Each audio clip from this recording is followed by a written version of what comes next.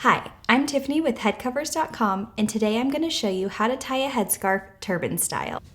I'm wearing our Meridian beanie, and it has light padding on top and pleats around the side to provide body and fullness underneath the headscarf, and it's also going to help prevent the scarf from slipping.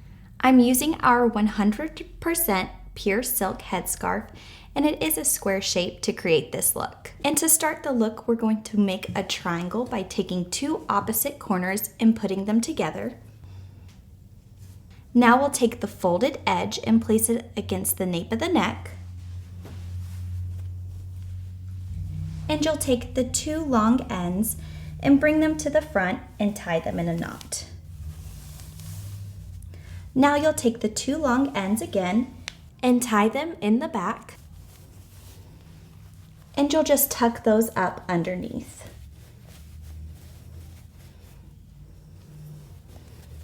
Now we'll take the triangle in front and we're going to just start by tucking it up underneath to make a little knot in the front, and you can adjust it as needed. And this is our finished look.